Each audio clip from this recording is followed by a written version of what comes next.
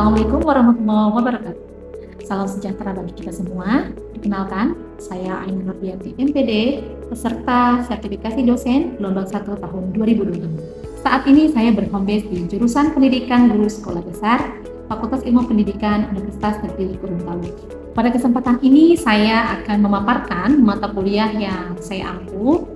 Mata kuliah ini bernama Kewarganegaraan dengan bobot 2 SKS. Mata kuliah ini tergolong dalam mata kuliah wajib yang harus diprogram oleh setiap mahasiswa yang duduk pada semester 2. Adapun capaian pembelajaran yang ingin dicapai dari mata kuliah kewarganegaraan, yang pertama, mampu mengetahui konsep, prinsip, prosedur, dan metode keilmuan serta nilai norma dan moral yang menjadi muatan kurikulum dan proses pembelajaran dan atau pembudayaan dalam konteks pendidikan kewarganegaraan di pendidikan dasar, menengah, atau di masyarakat. Kemudian yang kedua, mampu menerapkan pemikiran logis, kritis, sistematis, dan inovatif dalam konteks pengembangan atau implementasi ilmu pengetahuan teknologi yang memperhatikan dan menerapkan nilai humaniora sesuai dengan bidang keahliannya. Yang ketiga, menguasai konsep dan paradigma penelitian untuk pengembangan pendidikan Pancasila dan kewarganegaraan di sekolah atau dalam masyarakat. Yang keempat, mampu menganalisis isu-isu dan atau perkembangan terkini kewarganegaraan meliputi bidang ideologi, politik, hukum, ekonomi, sosial budaya, pertahanan keamanan, dan agama dalam konteks lokal, nasional, regional, dan global. Metode yang kami gunakan dalam perkuliahan ini meliputi metode ceramah, diskusi dan tanya jawab, studi kasus, serta unjuk karya. Adapun sistem penilaian yang kami terapkan itu meliputi 5 komponen.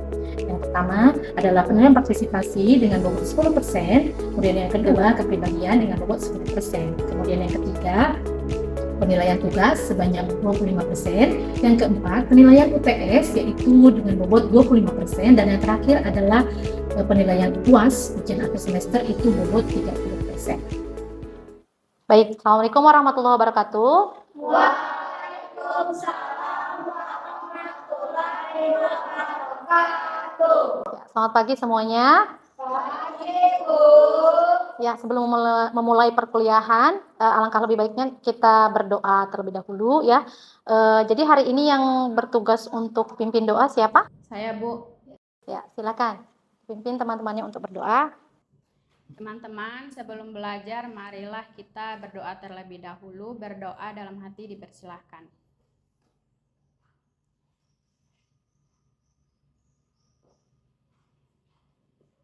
Berdoa selesai.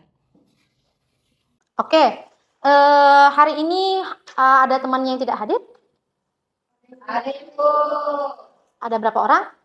1 orang. Oh, oke. Karena Sakit, Bu. sakit ya. Kita doakan supaya yang bersangkutan cepat diberikan kesembuhan. Amin. Oke.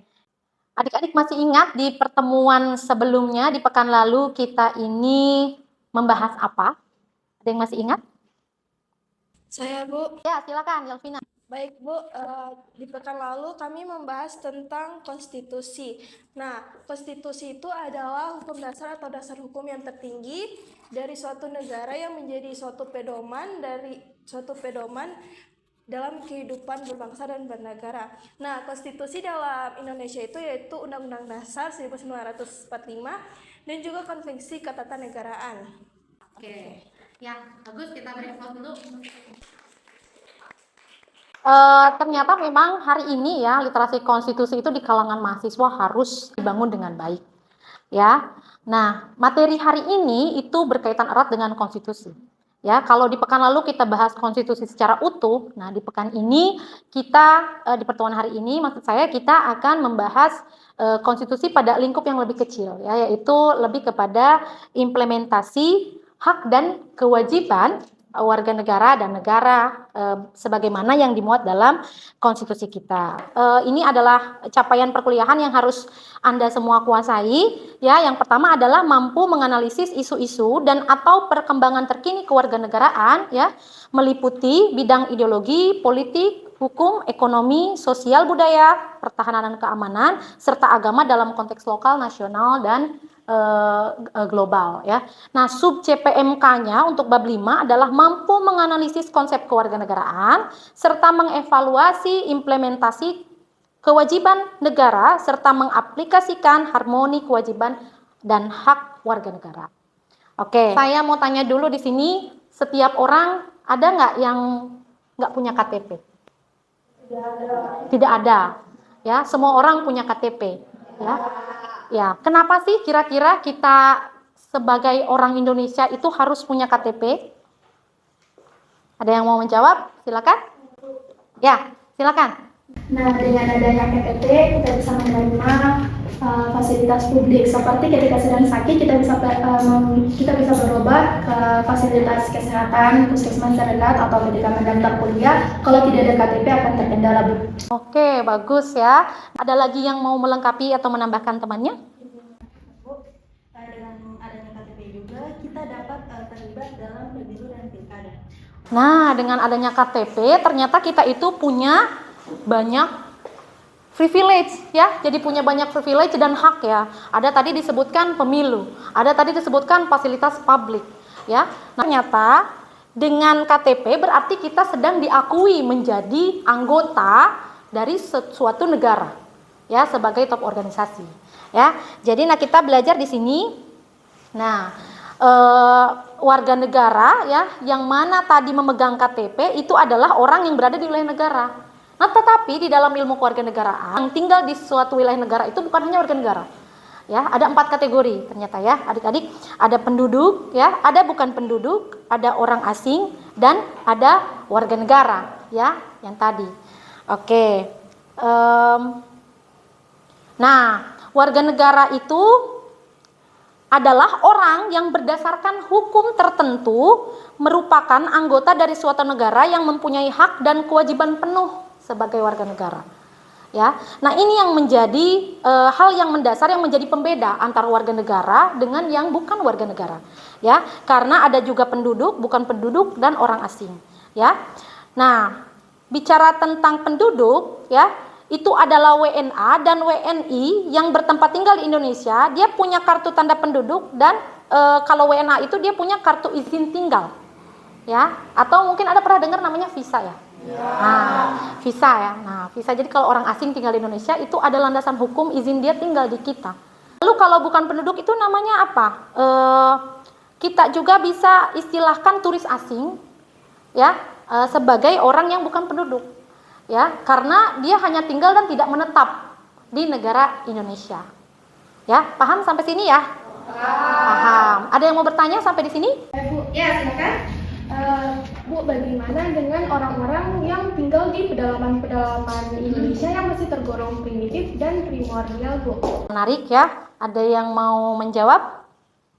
Silakan. Kalau ada yang mau menjawab.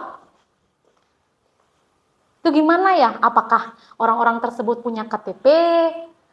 Ya kan? Coba ya. Di Gorontalo ada namanya suku Polahi ya. Nah, suku Polahi itu dia kalau kita main ke sana, saya pernah interaksi dengan orang yang memang pernah ke sana, katanya memang tidak punya kesadaran berwarga negara. Dia tidak menyadari bahwa komunitasnya adalah bagian dari negara, apalagi menyadari hak dan kewajibannya sebagai warga negara. Ya, nah, sehingga ada pemilu pun dia tidak tahu pemilu itu apa. Boro-boro ikut. Ya, seperti itu. Tetapi bagaimana Bu kemudian eksistensinya gitu ya. Nah, dalam konteks negara eksistensinya dipandang tidak bermasalah dan bukan ancaman. Justru ya menjadi hal yang memperkaya kondisi sosial budaya kita. Itu seperti itu. Oke, sampai sini dipahami? Ya. Jadi tadi kondisi orang-orang yang memang tidak punya KTP itu dan masih ada di Indonesia ya. Dan dia adalah orang asli memang di Indonesia, orang Indonesia. Nah, itu ternyata masih ada ya. Nah, kalau di Jawa itu ada Baduy luar, Baduy dalam ya, di Pandeglang ya, di Banten ya, Provinsi Banten. Lalu di Gorontalo ada ya.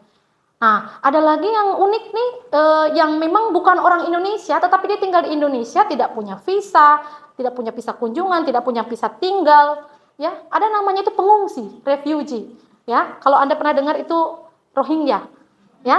Nah, ya mereka ada di negara kita ada, ya. Nah, khusus itu dilaporkan media itu banyak di Aceh, ya. Nah, itu harus dituntaskan sebetulnya masalah-masalah seperti itu. Gitu. Nah, ternyata masalah keluarga negaraan di negara kita juga masih ada beberapa pekerjaan ya yang harus dituntaskan. Gitu.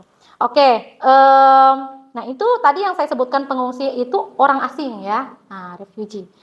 Oke, tapi sebetulnya dia di bawah naungan PBB ya, dilindungi gitu.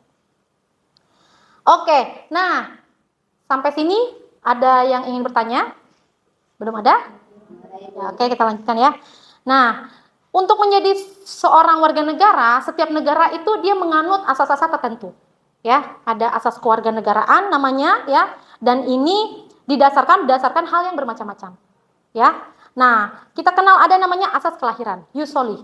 Ya. Jus soli ini diambil dari kata soil ya. Soil itu kan tanah ya. Jadi seseorang akan resmi menjadi anggota suatu negara atau warga negara tertentu ketika dia lahir di negara tersebut. Ya.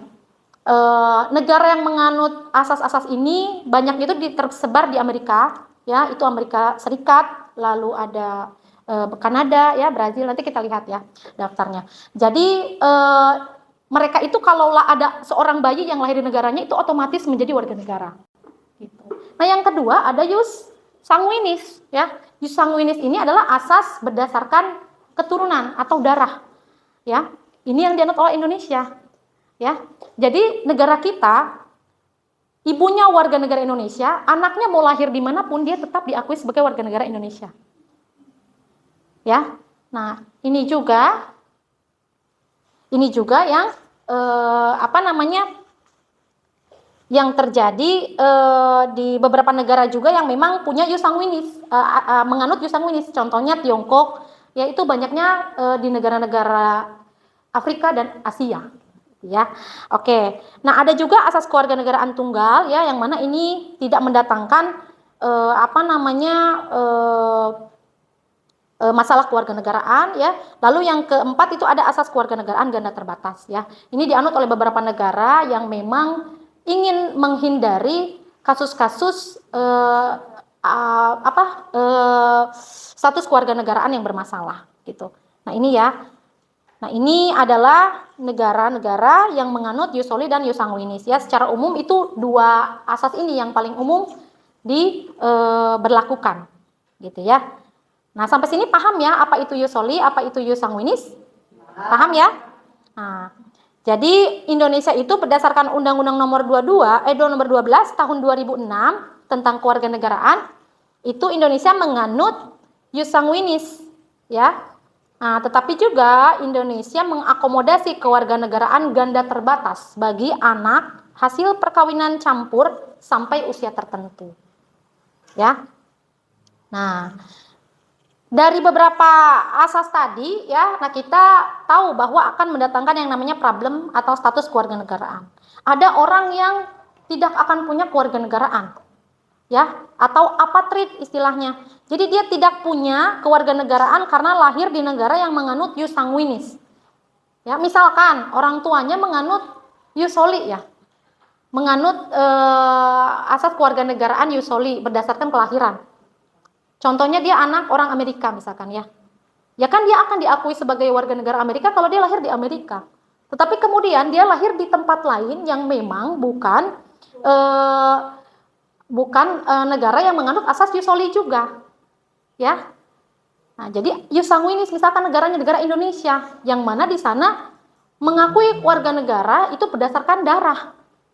Punya darah Indonesia tidak, nah sehingga sulit untuk diakui sebagai warga negara Indonesia, sehingga anak ini tidak akan punya kewarganegaraan. Nah, ini akan susah, bikin paspor susah, punya KTP juga nggak punya ya, KTP-nya kasihan ya nanti mau sekolah atau apa gitu. Sehingga solusinya seperti apa gitu ya. Ada beberapa cara-cara tertentu yang bisa ditempuh oleh orang tuanya dalam kondisi ini. Gitu. Oke, bipatrid. Nah, bipatrid ini kebalikan dari apatrid, justru dia ganda, kewarganegaraannya lebih dari satu. Ya. Nah, ada beberapa orang yang memang punya kewarganegaraan lebih dari satu. Ya. Dan dia punya hak dan kewajiban double gitu. Ya, sampai sini ada yang mau bertanya? Tidak? Sudah paham dengan ini? Sudah paham ya? Oke, kita lanjut ya. Nah, multipatrid itu dia kewarganegaraannya lebih dari 2. Ya, bahkan bisa sampai 3, 4. Ya, bayangkan itu kalau nenek moyangnya semuanya punya berasal dari negara berbeda tetapi menganut Ius Sanguinis semua. Nah, itu kan jadinya warga negaranya banyak ya, gitu. Apalagi kalau dia lahir di negara yang menganut Ius Soli. Oke, yang berikut saya mau kasih studi kasus ya. Nah, kita baca dulu. Baca baik-baik ya, cermati ya.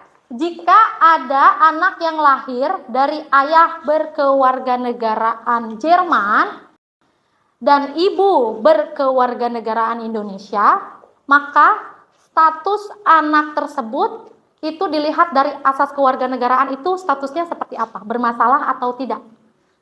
Ada yang mau menjawab? Ya, mau cepetan? Silakan. Ayahnya? Nah, ayahnya kan orang Jerman ya. Sedangkan ibunya orang Indonesia. Seperti yang Ibu sudah jelaskan tadi bahwa Jerman dan Indonesia itu memiliki asas yang sama, yaitu Ius Sanguinis.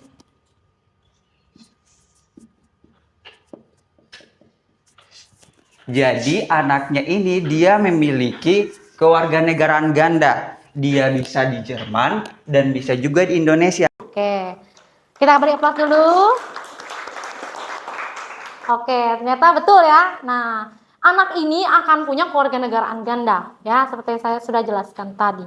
Kalau sudah lewat 18 tahun, itu sudah harus diurus dan pilih salah satu warga negara. Ya, nah, tidak boleh punya warga negara ganda kalau sudah lewat usia ini, karena kewajibannya makin kompleks, haknya makin kompleks di atas usia ini, gitu. Oke ya, sampai sini paham?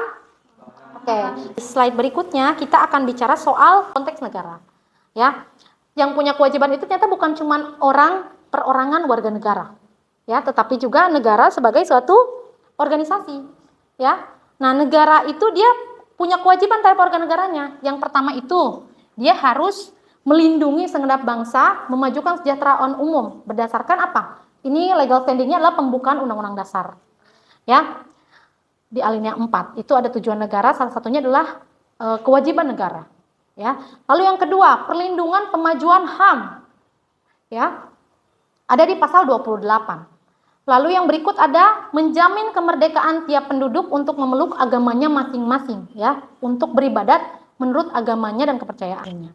Kemudian membiayai pendidikan dasar. Ya, APBN kita ya ini sampai poin 5 itu harus 20% untuk biaya pendidikan.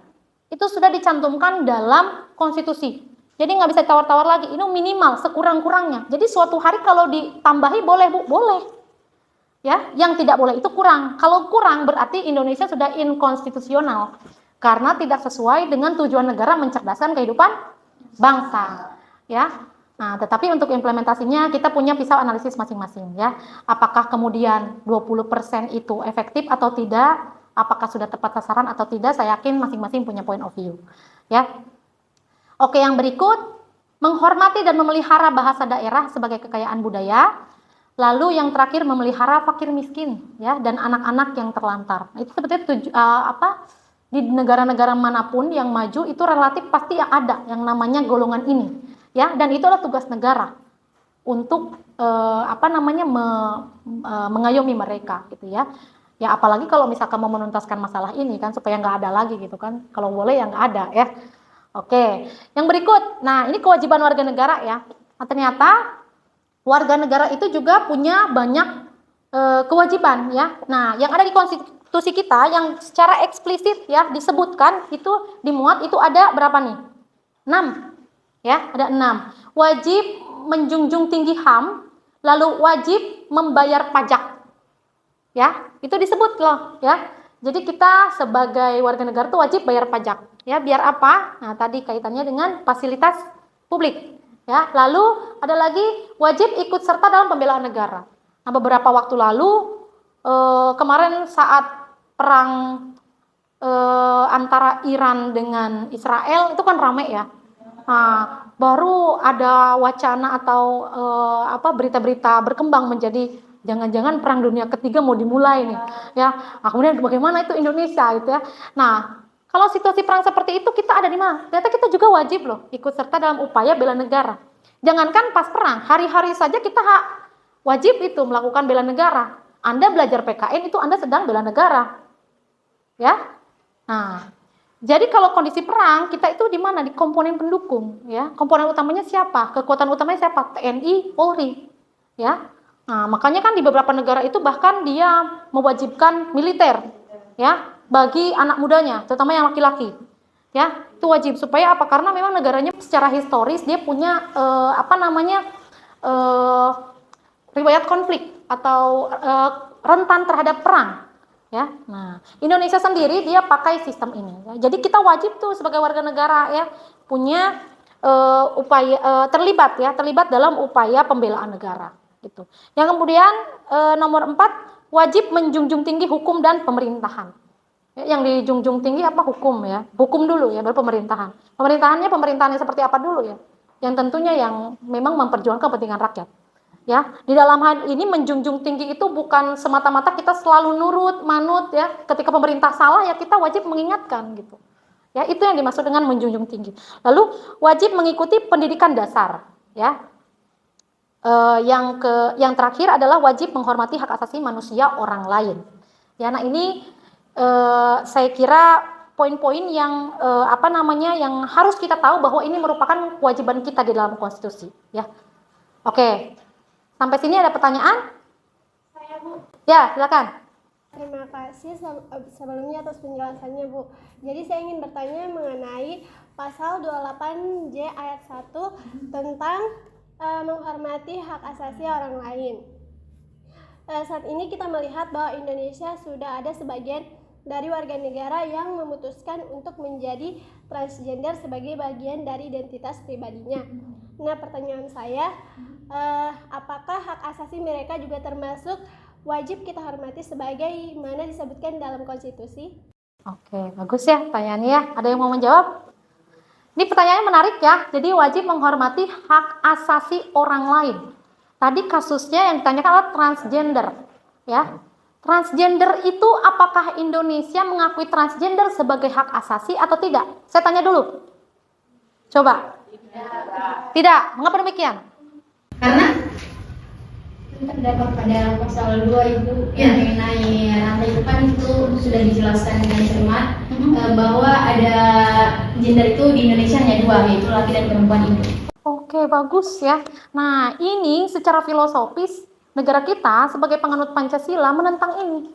Jadi hak asasi yang selama ini mereka gaung-gaungkan ya, itu tidak bisa kita persepsikan sebagai hak asasi yang dalam konteks Indonesia gitu. Mungkin boleh diakui hak asasi sebagai hak asasi kalau mereka adalah negara liberal.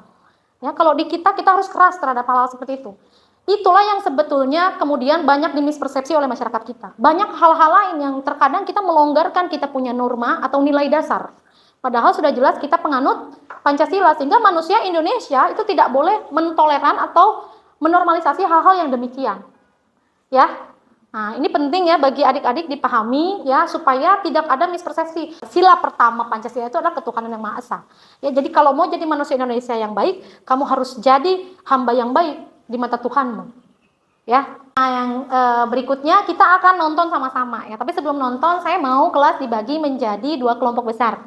Ya, nanti setelah selesai menonton, masing-masing mendiskusikan konten videonya. Lalu setelah itu perwakilan kelompok maju ke depan 2 orang. Pelayanan publik merupakan hak dasar warga negara yang wajib dipenuhi dan penting bagi pelaksanaan hak asasi manusia. Oleh karena itu, dibuatlah ke dalam bentuk regulasi, yaitu Undang-Undang Nomor 25 Tahun 2009 tentang Pelayanan Publik. Sudah? Sudah dapat hasil diskusinya? Oke. Siapa yang akan tampil ke depan? Siapa? Alia dengan Juli. Hasil diskusi dari kami kelompok 4 yaitu pelayanan publik di Indonesia masih sepenuhnya belum berjalan secara maksimal. Hal ini dibuktikan dengan adanya fakta dan data yang di lapangan, bahwasannya sebagaimana yang dilaporkan di berbagai media itu bahwa pelayanan publik di Indonesia itu masih Contohnya di berbagai bidang kesehatan, pendidikan, dan perhubungan itu masih ada yang menuai masalah. Nah, ini dimulai dari tingkat kepuasan masyarakat. Nah, Pak, seperti terjadinya malapraktik yang terjadi pada pasien anak, di mana dia mengalami amputasi karena adanya terlambat penanganan. Dan juga ada kasus yaitu kekerasan seksual yang terjadi pada siswa yang dilakukan oleh gurunya sendiri. Nah, tentunya ini dilatar belakangi oleh kualitas rekrutmen dan juga SDM yang perlu kita tingkatkan lagi. Dan juga ini juga diakibatkan karena sanksinya yang kurang tepat pada aparatur yang tidak bekerja dengan baik. Baik, pada salam Ibu, kami dari kelompok 2 akan memberikan hasil diskusi dari kami bahwa kalau seperti yang sudah disampaikan oleh kelompok sebelumnya terkait masalah yang ada dan faktor penyebabnya, sedangkan kami dari kelompok 2 ingin lebih memfokuskan pada penjelasan warga negara dalam memaksimalkan pelayanan publik. Nah, pada tahun 2024 lalu Ombudsman RI menerima 10.846 aduan, naik 20% dibandingkan pada tahun 2023. Itu diterima dari pengaduan terbaik seperti program on the spot, WhatsApp, dan juga kunjungan langsung. Nah, dengan ini menandakan keterlibatan warga negara dalam hal upaya peningkatan dalam kualitas fasilitas publik. Nah, dengan dampaknya ini akan dirasakan oleh warga negara tersebut. Oke, kita kasih aplaus juga. Oke ya, bagus sekali tadi hasil diskusi yang disajikan ya. Saya kira betul yang disampaikan ya, bahwa sebetulnya fasilitas publik di negara kita itu masih perlu banyak perbaikan ya. Nah, makanya penting bagi kita seorang warga negara untuk memberikan feedback ya. Dengan privilege yang kita miliki ya, tadi yang dipaparkan itu ombudsman ternyata laporan yang masuk itu kunjungan langsung itu justru lebih sedikit daripada yang melalui digital ya. Nah, sehingga penting nih kita untuk memanfaatkan platform-platform yang ada, aplikasi yang ada, web yang sudah disediakan gitu ya, untuk terus membangun opini ya terhadap kepuasan kita gitu ya, menjadi feedback bagi mereka untuk perbaikan ke depan. Itu penting dalam negara demokrasi ya, warga negara itu sadar ya bahwa sebetulnya hak dan kewajiban itu bukan hanya sekedar ditahu, tetapi juga dilaksanakan dalam keseharian dalam hal-hal kecil yang sederhana. Ya, apakah adik-adik sudah paham dengan materi hari ini? Kita sama-sama isi Kahoot ya. Saya sudah buat soal Kahoot. Silakan dibuka.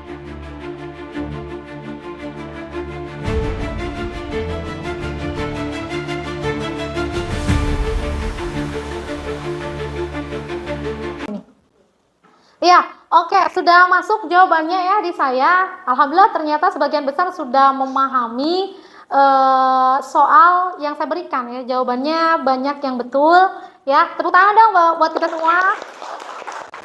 Oke, sampai sini ada yang ingin menyimpulkan perkuliahan kita hari ini? Silakan. Baik, saya Ibu. Oke, silakan. Jadi dalam suatu negara itu ada warga negara, penduduk, bukan penduduk dan orang asing. Nah, warga negara dijadikan sebagai warga negara atau dasar asas kewarganegaraan yang dianut oleh setiap warga negara. Adapun antara warga negara, penduduk dan bukan penduduk, dan orang asing, perbedaan dasarnya adalah terkait hak dan kewajiban itu sendiri, Bu.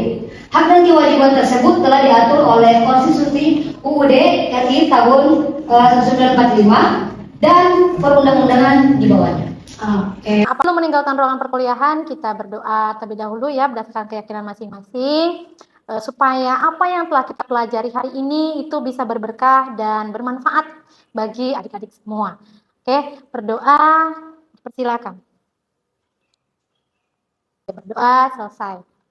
Ya, saya tutup. Assalamualaikum warahmatullahi wabarakatuh. Waalaikumsalam warahmatullahi wabarakatuh.